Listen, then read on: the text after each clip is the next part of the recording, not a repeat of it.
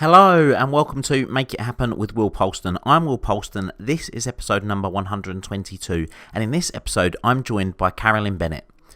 Carolyne is an internationally renowned, accredited, advanced law of attraction teacher, trainer, coach, author, and spiritual mentor. She has dedicated over 15 years to coaching thousands of individuals and has spent many hours successfully helping clients to design and fulfill their dreams, create financial freedom, and ultimately turn their lives around in all areas. For Carolyne, the law of attraction and mastery of the new financial systems is a potent way to do just that. Carolyne's ultimate goal is to help people understand how powerful they are as individuals, and in this episode we talk about manifesting using the law of attraction. So Carolyne, welcome to the show. Oh, thanks, Will. Lovely to be here.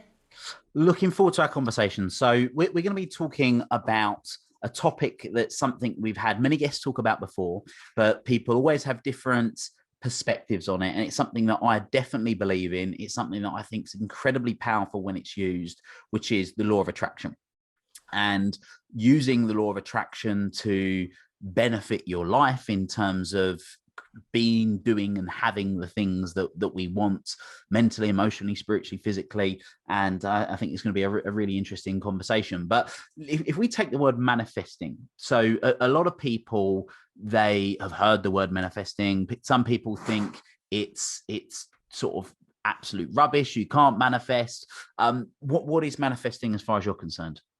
So, in the simplest terms, manifesting is putting your intention towards something that you would love to happen in your life, and then taking the necessary action. There's a lot more to it, and then taking the necessary action to help make it manifest. So, it's bringing something from thought form into physical reality.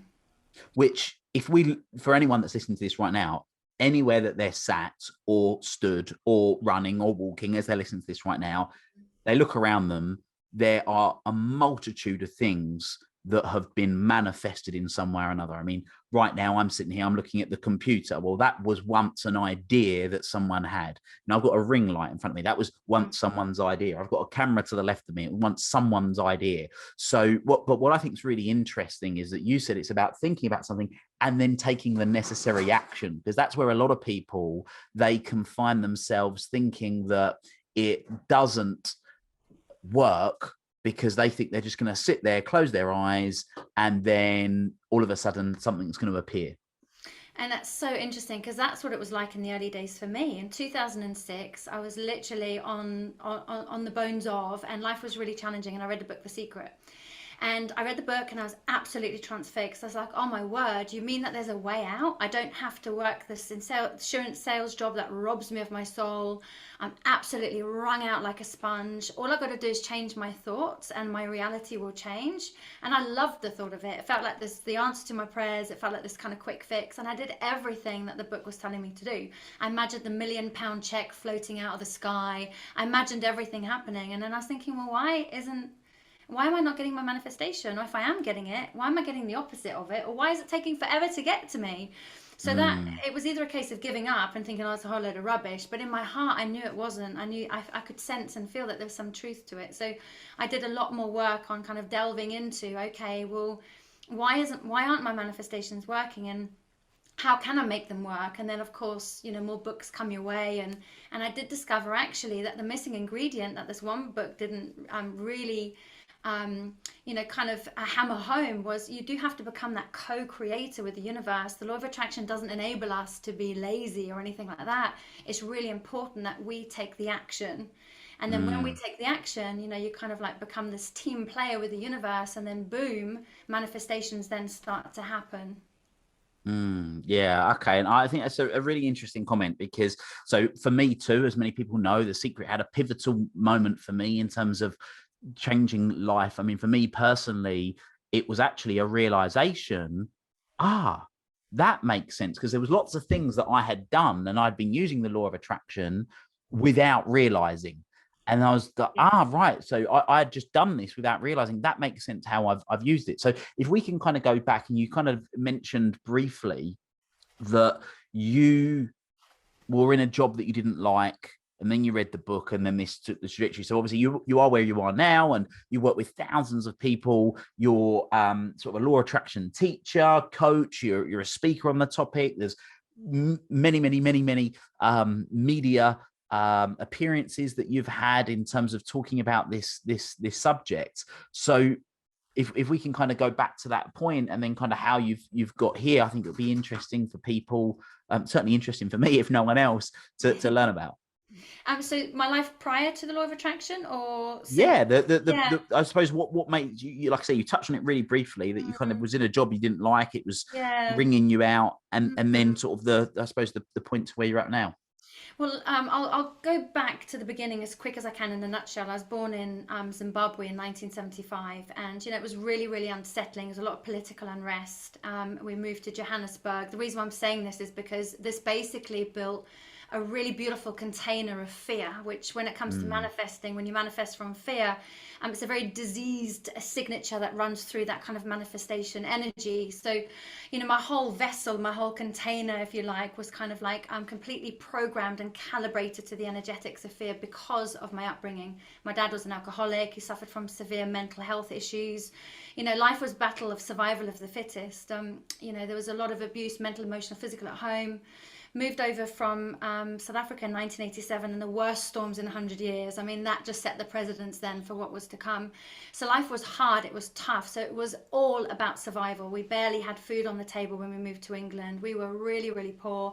Relationships were volatile. And as a result of this, internal environment, my whole world was just a mirror of the hurt, the pain, the trauma, and the turmoil that was going on inside of me. And I'd had a lot of repetitive patterns and cycles that I couldn't ignore after a while. I'm thinking, hang on a minute, this is like the third or fourth time, or the sixth or seventh time, that I'm going through the same thing. And I remember, just sitting in my bed one day and just screaming out to the universe. I didn't know it was a universe then. It was like, something's got to change because I can't go on like this. I was a single mum at this point, and I barely had a pint of milk in the fridge. I was working 8 till sometimes 9 o'clock at night. I was in an insurance job that I absolutely hated. And, every day it just felt like, well, what is the point? It's a game of rinse, recycle, and repeat. I'm not doing what I love by any stretch. I'm building somebody else's dreams. I'm coming home. I have hardly any time to spend with my daughter because because I'm so tired. And, that's when I just literally, I sat on my sofa, the tears just dripping from my eyes. And that's when I opened a magazine and there was a double page spread of The Secret. And that was when my life changed forever. And, I can 100% say that certainly from my experience, manifestation works massively. So yes, you have to learn to tweak it because everybody has their own kind of success formula, different strokes for different folks. Different tools will really kind of ignite the magic within me. Different tools will kind of dampen it. So it's been a long journey since 2006, but I was so taken by the principles that I started teaching them straight away, because at that point I was already teaching meditation and mindfulness. So I started bringing some of the principles into my work, and I started noticing other people were using these principles and it was working for them too. So it was a long climb after that, because I went through also, I don't know if you went through this, Will, but a phase of being really, really annoyed with the universe. It's like, well, why didn't you tell me this sooner? I've had all these horrendous situations happen. I've kind of like been in the dark multiple times. I have not risen like the mighty phoenix at all. And you're telling me now that, I could have changed all of this with my thoughts. So I kind of went through a little bit of a grieving cycle, if you like, and really being annoyed with the universe. But when I kind of got over that, then I started to put the principles into place and really started seeing some amazing results as a result of it. Amazing. So what are some of the results that you personally have seen as a result of applying what was back then this newfound way of being? What have you personally benefited? Well, back then it was very much to do with survival manifesting. It was more about the house, the car, the relationship. Now that it's kind of like years later, it's very, very different what my focus point is. But manifested a beautiful, beautiful home, a luxury home. It was just chance meeting that created a set of circumstances, and ended up manifesting, first of all, my first house with my daughter, my 2 up, 2 down. Then put my awareness and my attention, because I wanted a beautiful cottage. So every night I would imagine just climbing into bed in the cottage, imagine my surroundings. And then after that I thought, well, actually I wouldn't mind owning that bit of land at the back of the 5-bedroom house we'd now moved into. And every day when I was drying my hair at my dressing table, I would imagine, that we had owned that land, we'd signed the papers, but the universe had something different in store. It wasn't that particular forest, it was another house. So another chance meeting led to my husband at the time working for somebody in Saudi. And as a result of that, we got gifted a 1.7 million pound house just like that. I have to say though, it did come with negative energy, which I learnt a huge amount from, which we can explore a little bit more. So going back, would I manifest that again? Probably not, now knowing what I know. But it's a really great evidence that actually when you apply your mind and your thoughts and your intention to something, that the universe then starts to align itself in ways that we cannot even comprehend to then bring about that manifestation. So in a nutshell, I've manifested a pen. I know that sounds like really weird, but in the early days this was massive, because I thought, right, universe, if this is real, those fountain pens that we used to use when we were younger, I'd like one of those, please. Anyway, then I heard this hoot because I was at the traffic lights, and I thought, oh gosh, so I had to then go and pick my daughter up from school. But that night one of my clients came in and she said, I don't know why, but I was at the stationery cupboard at work today, and she said, I don't know, I've got a couple of pens for you. And they were exact fountain pen that I'd asked for 3 hours earlier. And that was the start of it. So then houses, taps, I know it sounds a bit weird, washing machines. But the main thing now is later on, it's more about me wanting to help other people. So this is the opportunities within the media, opportunities within my business. And there's been massive amount of opportunity to share this wisdom as far and as wide as possible. So it's a whole broad spectrum, from flowers to pens to washing machines, taps, houses, you name it. So a couple of things I want to pick up on just for other people that may be thinking this. So you mentioned chance meeting. So you said there was a chance meeting of by chance that I think you said your husband ended up working this in Saudi or doing something there. Yes. And then you mentioned another chance meeting. Do you believe in chance meetings?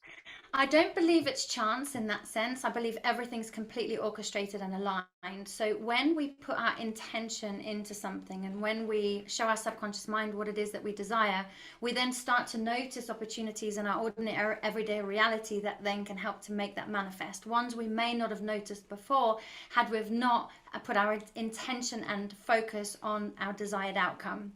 So I used to believe that we were kind of like these magnets, that what we want would just kind of like just come and just stick to us, and I like the thought of that. But now, as I'm kind of evolving in my own manifestation practice, I'm realizing that actually it's more about where I am energetically calibrated, where I am emotionally, what my emotional set point, the work that I'm doing will then determine what I am seeing in my world. And it's very, very easy to, the way I see it, certainly now, to call something in when we understand that actually everything we want already exists. It's just a case of calibrating ourselves to the same energetic frequency of what we desire, and then it either enters into our reality or opportunities will present themselves in order to make that manifest. So chance meeting, I don't know, it depends. I don't necessarily believe in that, but at the time it felt like, that was interesting. Wow, Yeah. those kind of moments.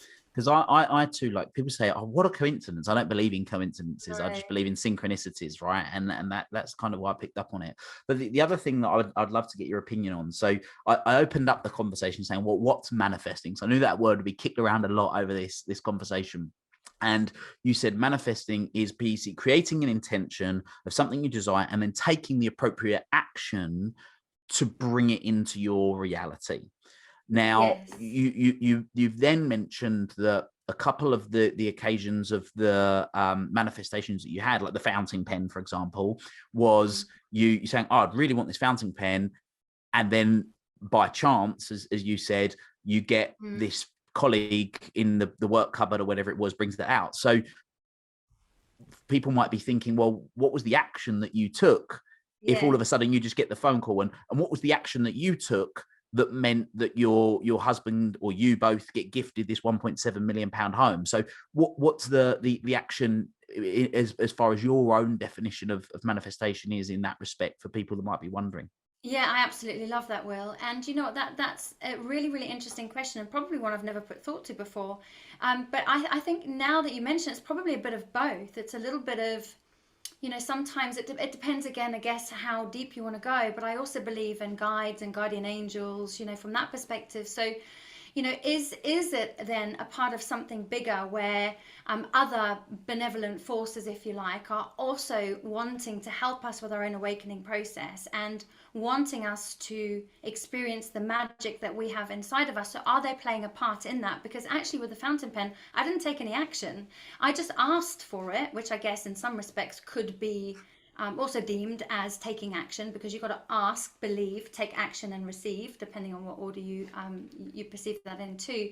So I guess that could in some respects be seen as action, but not the action that I would take if we were setting goals, if you like. It would be definitely a different type of action. So the action that I took, certainly with the house, is every single day I showed up for my manifestation practice. I believed. I was there focusing on, really engaging all my senses. What can I see in finest of detail? What can I hear? What can I feel? What can I taste? What can I smell? So in that respect, I was taking the daily action of showing up for my practice, doing all the stuff that we get told to do. But as far as physical action goes, I didn't actually take any on those occasions. Like, say, for example, if I wanted to move house, the physical action I would take would be then to pack up a box to start setting the intention and kind of getting the energy moving. But on those occurrences, I'm kind of along the lines of saying, well, actually, the action probably was in showing up for the practice. Yeah, so I'm interested in this in detail, because I've played with it a lot myself, and I've given a lot of thought to this type of thing, and I think to myself, well, why is it that sometimes those chance meetings, the synchronicities, happen, and other times they don't? And when I kind of bring it back to it, and lots of people, when you revisit things like The Secret, and I've gone through lots and lots and lots of the different versions of the Law of Attraction. From one of my favorite books, top 3 books of all time, is As a Man Thinketh by James Allen, and you've got the Catherine Ponder books, and all of the various different sort of depths that you can go to in this. Is that a lot of it comes back to, yes, there's thinking, but then there's the feeling element, which you said believing. Think, believe, I think but then you said about engaging all of your senses. So seeing it, hearing it, feeling it. And my opinion, and I'm interested in yours, is that in itself is a form of action. Now you then combine that with the practical stuff, packing up the box, actually going out there and looking at properties, doing those things, can enable that to happen. That's what do you think to that? Yeah, I think that, like I said, I don't think one size fits all. I think it's quite a complex subject, manifesting. I think, the books can make it sound easy, but you have to, it's so important to make sure that there's that energetic alignment, so that there's the alignment of the thoughts, there's the alignment of the feelings, there's the alignment of the action. And that part, especially in the beginning days, I guess it can be a little bit tricky, because, especially if you're in fear mode, which is where I was for such a long time. I was like, a lot of my drivers behind manifesting were all coming from a survival need. And, my practice was quite hard as a result of it. I felt like I was doing my affirmations morning and night, and all is well, and everything's working out for my highest good. And this, and I am a money magnet. But it felt like it was more coming from a place of kind of pushing and forcing. And when manifestation comes from that space of pushing and forcing from the foundation of fear, there's no real alignment there. That's why when, let's talk at the chance meetings or the synchronicities, don't come about as easily or as clearly, if you like. Whereas when we come from a space of make-believe and childlike playfulness, and I do believe in fairies type energy, then that's when everything then starts to align. You start to notice the synchronicities, the numbers. I love working with numbers when it comes to the universe, and looking out for signs, and again, the synchronicities of music. I remember in my early days when I literally did scream at the universe. I thought I've screamed probably a few times actually, saying I just can't do this anymore, something's got to give. And for a long time I'd always believed that there was something more than what we can see, feel, and touch. This is now getting a bit more spiritual, but there is point in this to the manifestation process. And I remember saying to the universe, if you're really there, show me, prove it to me, because at the moment I just feel like I'm alone. And then through a meditation practice, this was around about 2004, I saw the most beautiful being at the end of my bed. I wasn't asleep. I wasn't intoxicated. This to me was absolutely real. And at the time I thought, well, that's an angel, isn't it? I've always wanted to believe in things like that, but and I was like, wow, that is so unbelievable. I couldn't believe it. I had to shake my head a few times. I had to kind of like just make sure that I wasn't kind of going mad. And I said to the universe, if this is true and that I have just seen what I've seen, again, prove it to me. They're probably like, oh, for God's sake, how much evidence do we need to give you? We've just popped an angel at the end of your bed. But even still, I was like, I'm really not sure. So anyway, I got in the car. So, I was just kind of still in that state of shock. And I turned the engine on and the song came on, I'm loving angels instead. And I was just literally there at the steering wheel going, okay, that's just a coincidence. And the universe is like, oh my God, Carolyn, how many more times do we put an angel in the bed? We've done songs on the radio. And again, this is how the universe has always communicated with me, is through music and, kind of like signs and newspapers and kind of songs and things like that. So I pulled up into the road that my daughter went to school. I'd never noticed it before, but it was Angel Crescent. And it's little things like that, or little things, big things like that, that have just absolutely made me think, gosh, there really is more to this. There's so much more to it. So I don't know if I've gone completely off track there from your original question, but it just felt really appropriate to bring in. I know everybody's manifestation practice is different. Mine does come from a very spiritual understanding, if you like, spiritual philosophy. So I'm a great believer that it's not by chance that we're here. We're here for a reason. I'm a great believer that we're all here on a dual mission to, to experience the fruits of life, to overcome ourselves, to become the best people that we can be, to start sharing and helping one another, working in collaboration rather than competition, creating that sense of unity, if you like. But then also, as we grow and we evolve, help as many people as we can. And really leave a powerful legacy behind. But based on that, I'm a great believer in the soul journey. So the law of attraction to me is only one spiritual law. So when I teach this, there's the law of responsibility, there's the law of cause and effect, there's the law of gratitude. And when we start to understand these other spiritual laws and use them in conjunction with the law of attraction, it powers up the law of attraction. So I've said a lot there, Will. I'm sure that there's a few bits going on in your mind. Yeah, absolutely. Well, I think there definitely is, and a few things that I was planning on talking to, but one thing in particular that you mentioned, sort of the start of your journey from Zimbabwe to South Africa to here was in even coming in the storm in 1987, which literally only a couple of weeks ago I think was trumped over here. You were very much in this place of fear. And there's a wonderful book, a set of books that I've come across, but making that transition from operating from what I would call from fear to love, so scarcity to abundance, if you want to sort of label it like that. How does someone go about making that shift? So if they've been in an environment where they've had lots of scarcity, so that's parents, the particular area they're from, it's very scarcity mindset. Very much a scarcity mindset. Maybe they're in a situation right now where they're literally, the fact of the matter is they look at their bank balance and they don't have enough to pay the mortgage, pay the whatever they've got to pay and all the rest of it. How do people make that shift? Yeah, such a good question. Such a good question. And and I speak from complete experience here. I call it coming out of the dark and into the light. It's moving from fear to love, like you say, from separation to unity consciousness. It's moving in, I don't know if you've heard of the term from 3D to 5D living, which is the same, right, as fear to love.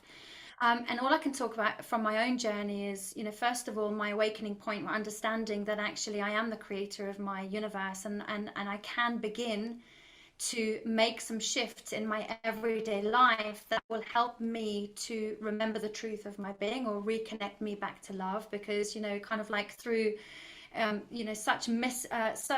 challenging start created huge kind of energetic misalignment. So for me, it was first of all understanding I am the creator of my reality, and this is a Will Smith quote.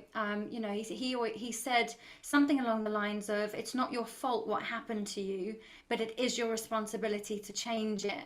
And I remember hearing that back then, because I was very, very much in blame mode. I was very, very much in victim mode. I was very beaten down, if you like, by life. So the first of all was accepting that I can change it, and actually it is my responsibility from now forward to change and shift my life. How did I do that? I started to work on my thoughts. First of all, it was affirmations, because I realized my brain was absolutely nowhere near in alignment with my desires. I was focusing on what I didn't want rather than what I did want, fearing every situation that might happen to me. I mean, of course, now I understand nothing's happening to me. It's all happening for me. It's all helping me unlock greater potential. So I really get that now. But back then it was a process. So I plastered my whole house in affirmations, because I thought I'm going to have to completely and utterly retrain this brain if I'm going to, kind of live some kind of a better life. So affirmations planted everywhere, by the kettle, by my toothbrush, in my purse, by my makeup, next to my bed. Every time I hit an affirmation, I'd say it over and over and over and over again. Then I would start the visualization process, like focus on what do I want? I know what I don't want, because I've spent my whole life focusing on it. What do I want? And then getting really clear on what it is that I want to experience. Alongside then doing the visualization, understanding the subconscious mind doesn't know the difference between what's real and what is imagined. Anything I show it believes it to be true. So I would sit in visualization. But no matter how much I did this, I did get a certain way up the vibrational ladder, if we want to look at vibration as in terms of a ladder, like Esther and Jerry Hicks explain.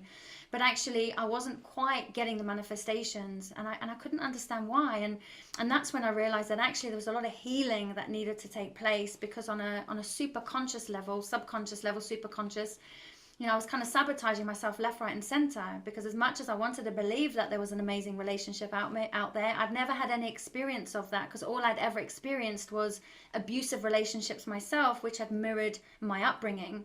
So essentially where I'm going is it was important for me to then do a deeper dive on my own healing, inner child work. Some NLP really helped back then.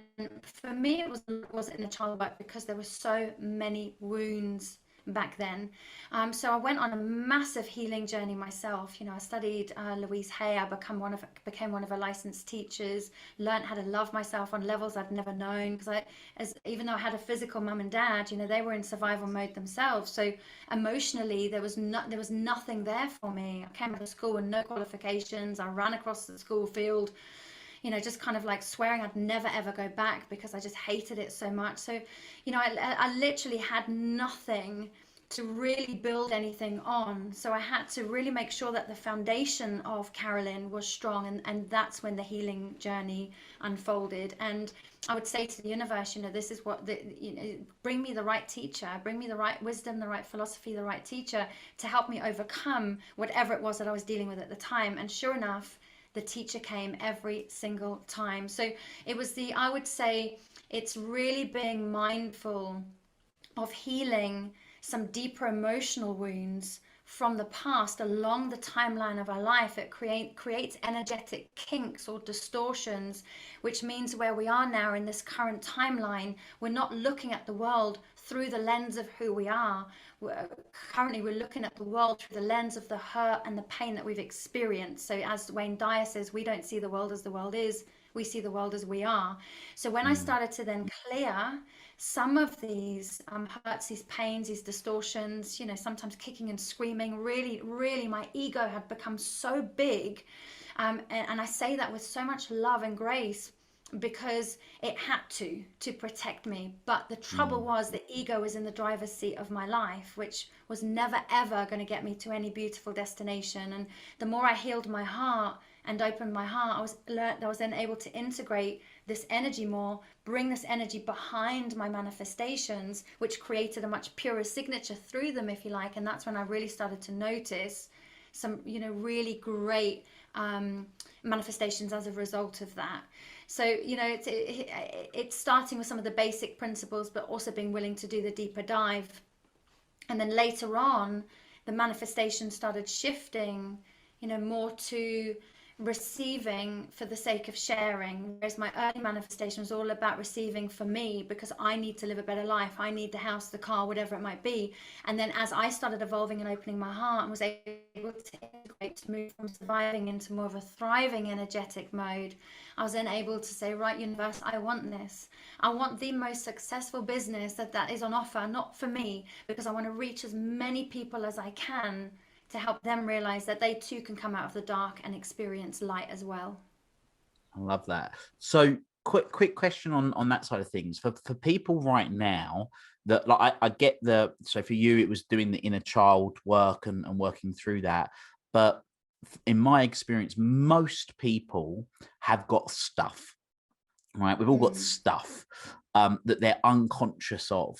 So and that there may be running patterns on at a subconscious level. So so you started off by saying about doing the affirmations, and for a lot of people, affirmations is all well and good, and it's a great place to start, but they just don't work because they're basically bouncing off of their subconscious mind, and that little voice in their head going, who do you think you are saying this? What a load of rubbish. So how does someone go about identifying that they may need to do work at a deeper level and to know that that's the thing that's impacting them, rather than the fact that they're not taking action or that they're not being open to those sort of opportunities? I love that, and again, such a great question, because the way that I read the universe is, if something triggers me and pushes my buttons, that's exactly where I need to go in order to grow. So, for example, I'm just trying to think of something that may have happened recently. It's probably just best going off generic, actually. Otherwise, we're going to go off on another tangent. But anything that pushes my buttons. So, say, for example, I am in my business and I'm wanting to take it to another level. I mean, I can't quite break through, but I'm noticing other people in my world being able to break through and do what I want to do. And I'm noticing that that's creating a feeling inside of me of lack, or I'm not good enough, or kind of feelings like that.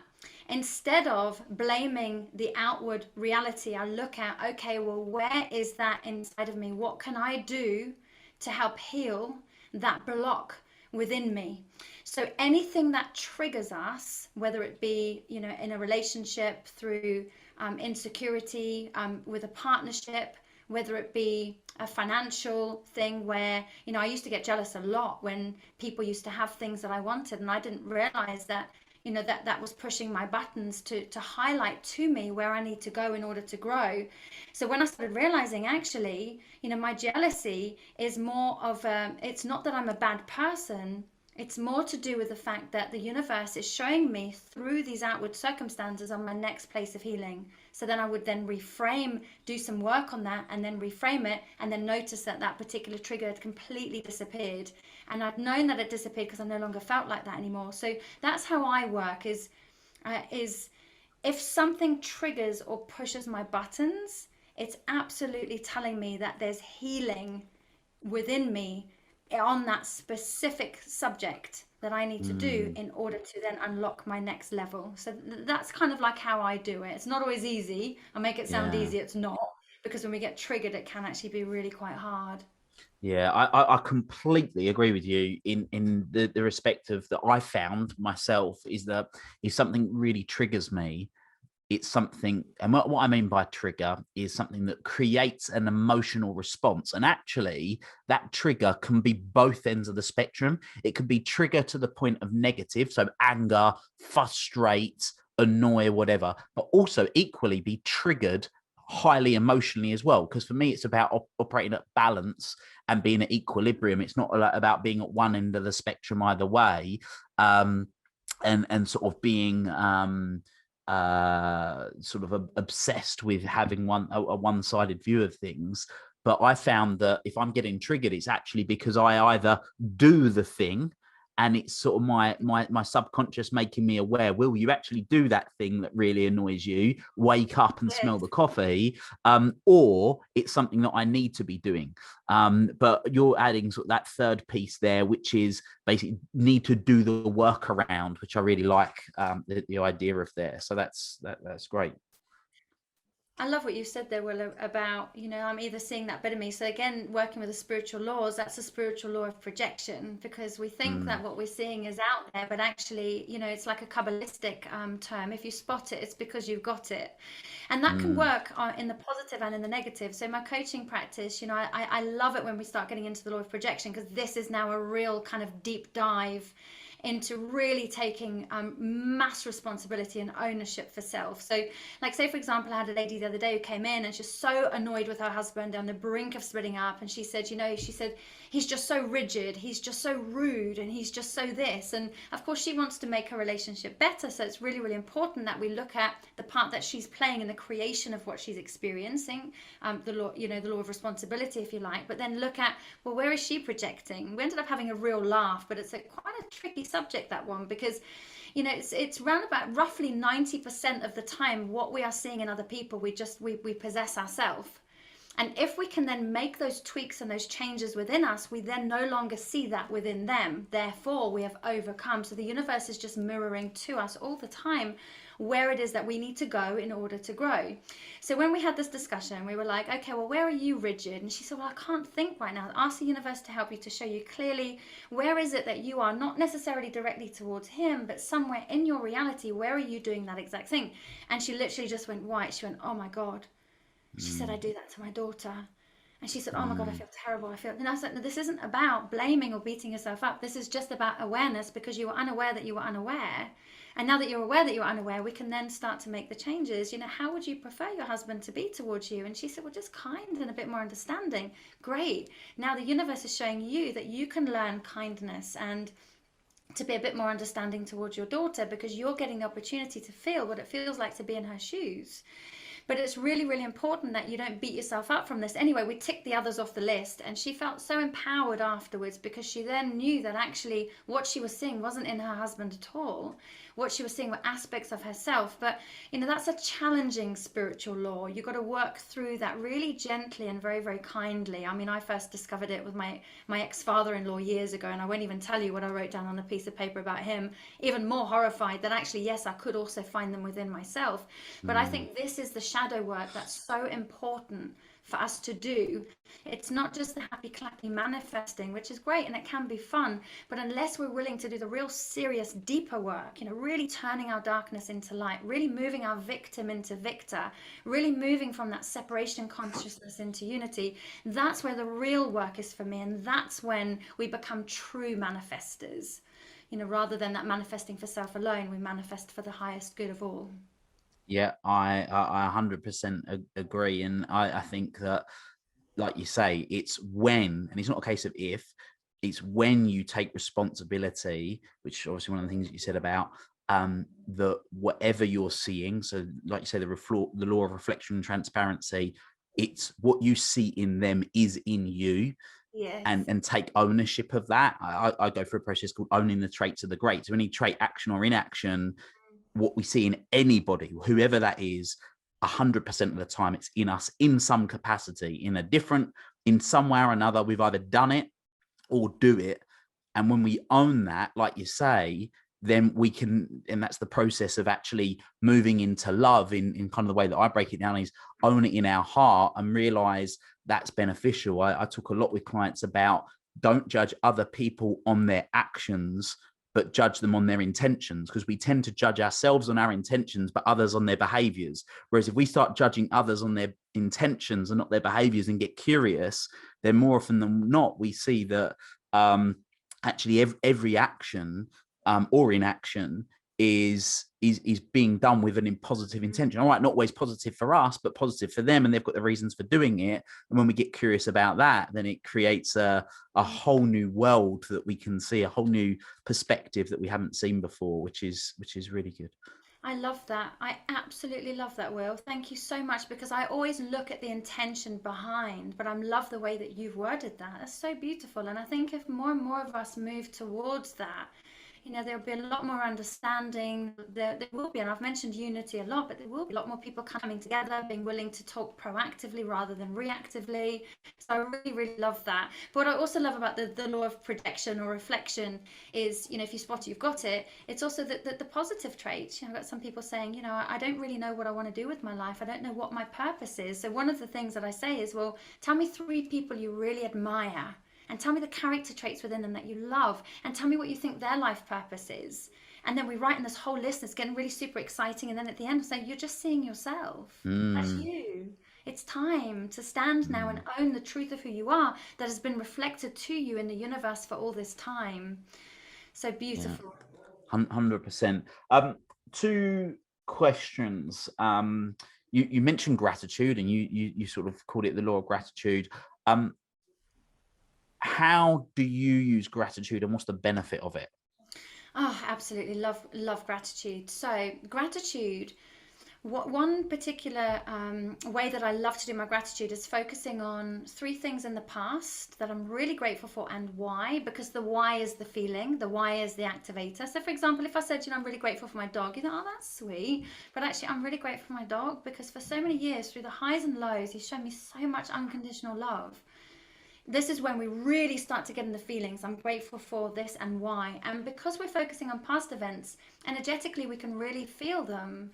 It's true. We've experienced them. There's no trying to pretend something's happened because we know that it has happened. And energetically, we hold that gratitude within the whole of our field. So we are able to access it. Now, what we're doing is we're starting to energize the frequency of gratitude from past experiences. Then I go into current experiences. What am I grateful for in current time and why? Again, the why is really, really important. And we can see complete physical evidence in our current reality, which helps us then to build upon the foundations of gratitude. So now we're expanding the vibration of the feeling of gratitude inside. And now that we're in the space of gratitude and we're feeling this energetic frequency of gratitude, we can then start to say, well, now what am I grateful for in my future for and why? That's when that's then putting our magic pants on, if you like, and say, right, well, I'm really grateful for this, this, and this is why I'm grateful for them. And because we're really holding that frequency of gratitude, we don't have to pretend, we don't have to try, because we've already ignited that frequency. So that's how I like to do it. I don't do that practice every day, but when I go on a vibration reset, when my manifestation's feeling like they're becoming a bit harder, I'm not really getting the results that I want, then I put all manifestation tools down and I use gratitude in those moments. I bring myself back into alignment through gratitude. And I believe the benefits of that are vast. If we go purely scientific from a physiological perspective, when we focus on what we're grateful for, it releases endorphins, it releases serotonin and oxytocin, it releases all those feel-good hormones. They start to flood our system. We start to activate the parasympathetic nervous system, which then starts to bring about restoration of mind, of body, of soul. It brings us into well-being. So if we look at our physical body, the sympathetic nervous system, which of course is all the stress hormones, the parasympathetic nervous system, which is all the feel-good hormones, we have the ability through gratitude to activate the parasympathetic nervous system to bring ourselves into that state of well-being. Studies have shown it helps with aging. I look amazing for 94, don't I, Will? Taking it a step too far. But it does, it helps with aging, it helps with health. People have managed some very, very serious diseases as a result of staying within a gratitude practice because of the mental, emotional, and physical qualities that gratitude brings about.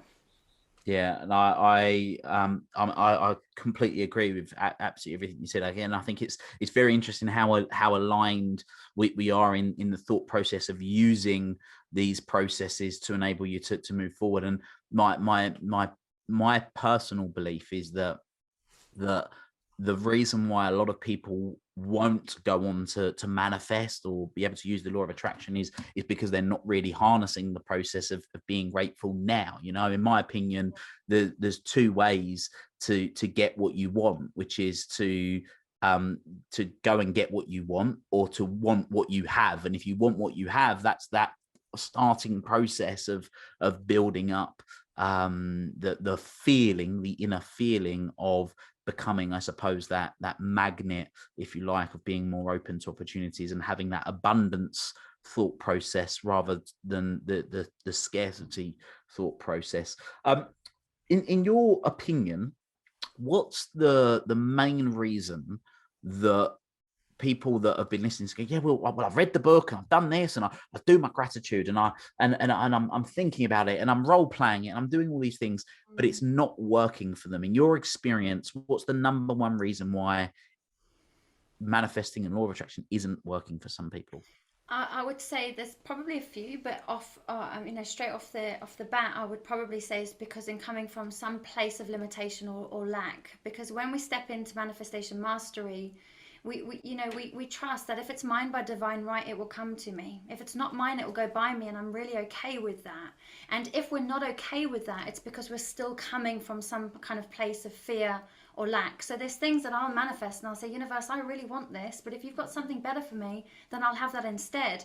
Or if this isn't a part of my pathway, I don't actually want it, because I have dragged manifestations in that aren't really, I don't think, meant to be a part of my pathway, and it hasn't been an enjoyable experience. Like, I kind of call it, a diseased signature, that, if you like, that runs through the manifestation. It's because it was something I had to push and force to make happen rather than something that flowed. Interesting.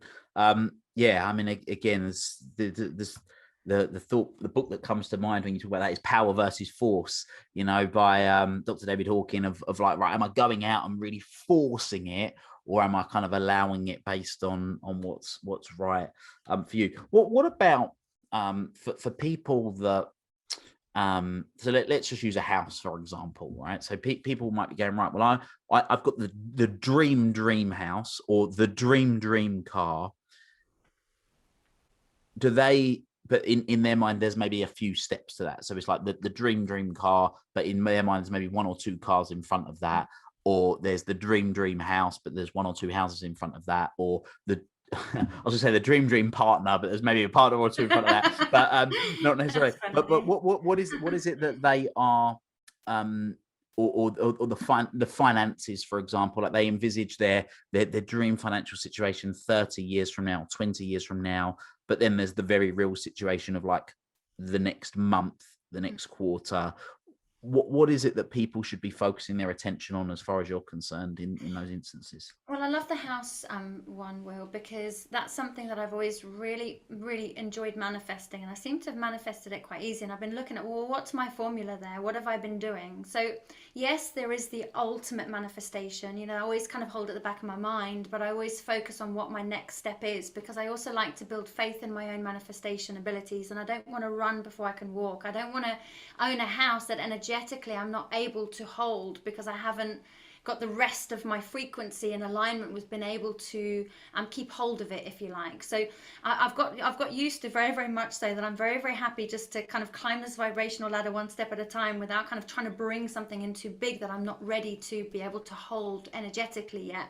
So let's just say manifesting a house. Some very, very practical things that I do is, like I said before, I just imagine what the house is, one that I feel comfortable with being able to attract at this point.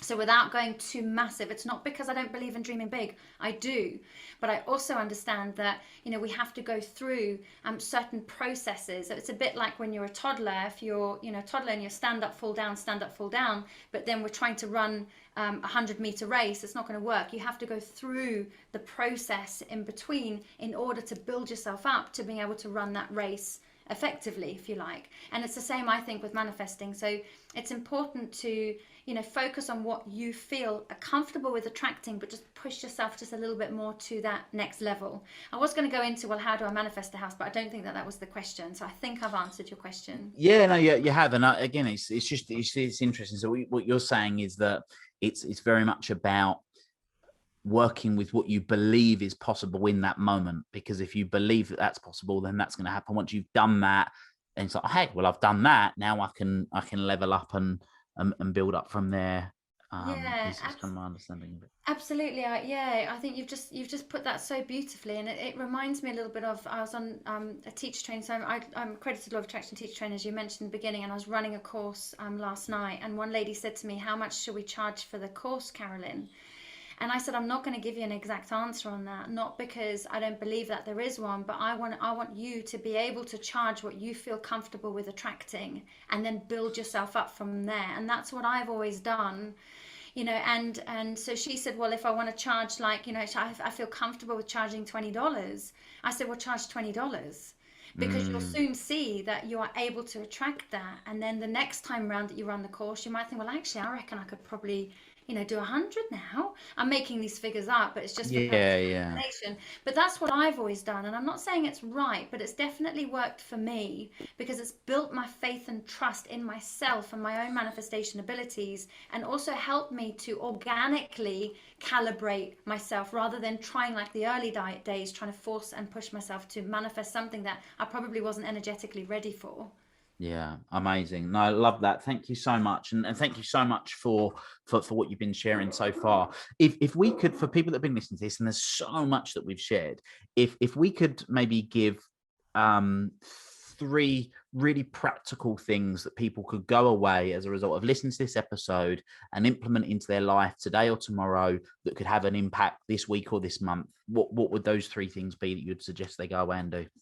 Oh, that's really interesting. Okay, so first of all, I would definitely say it doesn't matter how long you've been manifesting for. Make sure that you're focusing on what you do want rather than what you don't want. It's so important to do that. So I think for all of us manifestors who've been doing this for a long, long time, let's just make sure that we're focusing on what we desire rather than what we don't, because we know that the universe brings us what we're focusing on, regardless of whether we want it or not. So I'd say that's step number 1. If there's something that you really want to bring into your reality, I would definitely say then my biggest go-to probably would be gratitude, because that really does open and align with the heart frequency, and that's where manifestations are easy. So use the 3-step gratitude tool that I mentioned in this podcast. It's powerful and it works, but make sure you're not coming from it from a robotic, just kind of like a tick list manifesting. Allow yourself to really get into the feeling. And I would say, what, Will? I would say play and have some fun. Go and put on some music, some of your old, I'm projecting here, some of your 80s pop music, and just have some fun. Because when it comes to manifesting, I'm understanding a bit more about the masculine and feminine energies. And to really become a powerful manifestor, it's really learning to unlock the feminine energy, which is all about flow. Now, we all have masculine and feminine within us. Some are more in our masculine, some are more in our feminine. But it's really, really important just to go and have some fun. Have a good laugh with your mates. Put on some cheesy music, do some karaoke, whatever it might be. Go to a laughter workshop. It's really, really important to take the seriousness out of manifesting and go and have a little bit of fun along the way. Love that. I think what great thing to finish on. Go away and have a bit of fun. Love that. Well, Carolyne, thank you so much. And I'm sure this is definitely created some curiosity for people that can look to want to find out more. So if people have been thinking, wow, this is amazing, I love this woman, I want to connect with her, find out more, where can people find you? What can people, how can people connect with you? So I think the best thing probably would be my website, because then there's all my social links on there too. So that's carolynbennett.com. Remembering that Carolyn has a Y and an N and E, which just to make things even more complex. So carolynbennett.com, or on Instagram, Carolyn Bennett. So Carolyn_Bennett. I'm following you, Will, so you can probably search me in your friends there too. But yeah, that's probably the best way. Amazing. Well, thank you so much. And what we'll do is we'll put the link to the website in the show notes. So if you want to sort of just straight away go and connect with Carolyne, then you can do that by just heading to the show notes now. Carolyne, thank you so much. It's been wonderful having you come and share your wisdom with everyone that's been listening to this. So thank you very much. And I really, really do appreciate your time. And like I say, no doubt there's going to be lots of people now that you've sort of set off that little light bulb for them to go away and start to put things into practice. And guys, please, if you're not already, come and join us in the Make It Happen community Facebook group. It's a free Facebook group. Come in there. And when you start applying what you've learned from this episode, come and share with us. Come and share with us what it is that you have implemented, how you've applied this, how it's benefited you, the things that you've been able to manifest into your life. We'd love to hear from you. So thank you again, Carolyne, and look forward to connecting very soon. And for everyone that's been listening, until next time, make it happen. Thanks, everyone. Thank you for listening to this episode of the Make It Happen with Will Polston podcast. Make sure you join Will's free Facebook group, the Make It Happen community. Please support the show by subscribing on iTunes, Spotify, Stitcher, SoundCloud, or Google Play. Share this episode with at least one friend you think would benefit from it, and give Will a 5-star review wherever you download your podcasts. Until next time, make it happen.